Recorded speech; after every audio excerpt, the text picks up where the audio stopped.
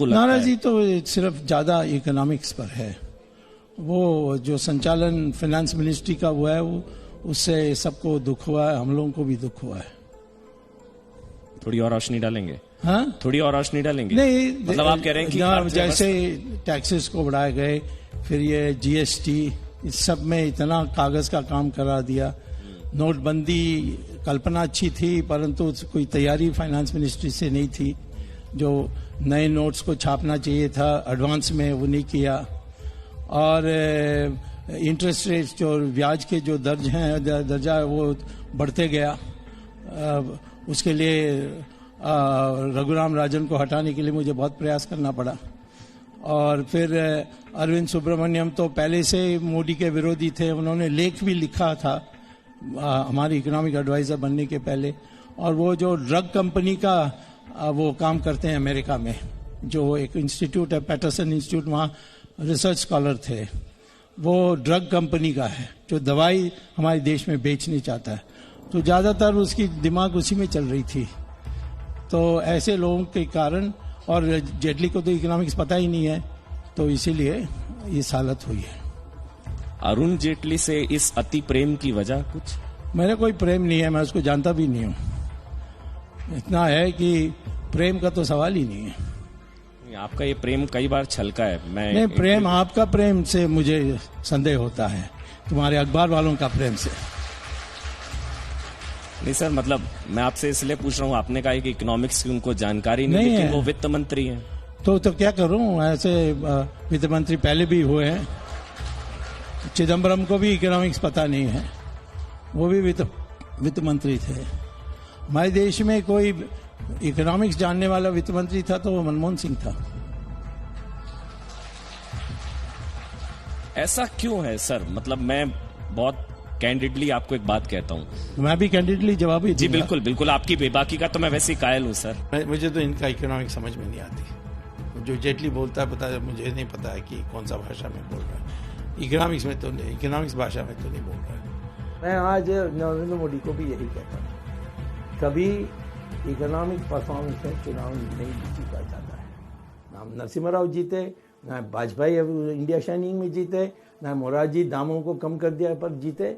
ये दुनिया में भावना से, लोगों का जब भावना जगती है। सर ये तो फिर वही जो क्रिटिक्स हैं, हाँ, उनकी बात आपने कह दी, हाँ, कि गवर्नेंस से, परफॉर्मेंस से, वादों की डिलीवरी से चुनाव नहीं जीता जाता जी, इमोशन और भावना से चुनाव जीता जाता है। हाँ, तो ये कह करके जिस सरकार के बारे में आप थोड़ी सी समालोचना, पॉजिटिव क्रिटिसिज्म करते हैं, उस सरकार को आप लाइसेंस दे रहे हैं कि काम वाम मत करो, हिंदुत्व पर फोकस करो, चुनाव जीतना जरूरी है।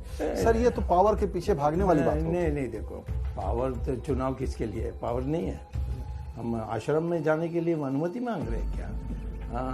नहीं, तो पावर से ही ज्यादा काम हो सकता है, गलत नियत की काम नहीं है, भावना भड़काना। हिंदू का जो प्रभुसत्ता है और जो अस्मिता है, उसको हम उजालाना चाहिए, उसको उज्जवल करना चाहिए था। आज तक क्या राजनीति हुई 70 साल में?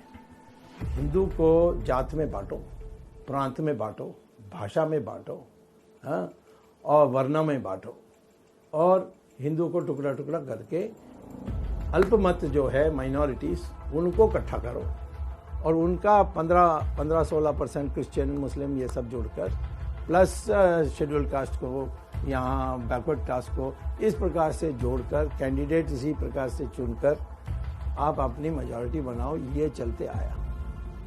बीजेपी ने 2014 में पहली बार, और मैं राष्ट्रीय स्वयंसेवक संघ को इसके लिए बधाई दूंगा, वो इस राय के शुरू से थे। हम लोग मानते नहीं थे, हम माने जनसंघ में भी नहीं मानते थे। वाजपेयी तो बिल्कुल उसको ठुकरा दिया था 2004 में, और इसीलिए हार भी गए।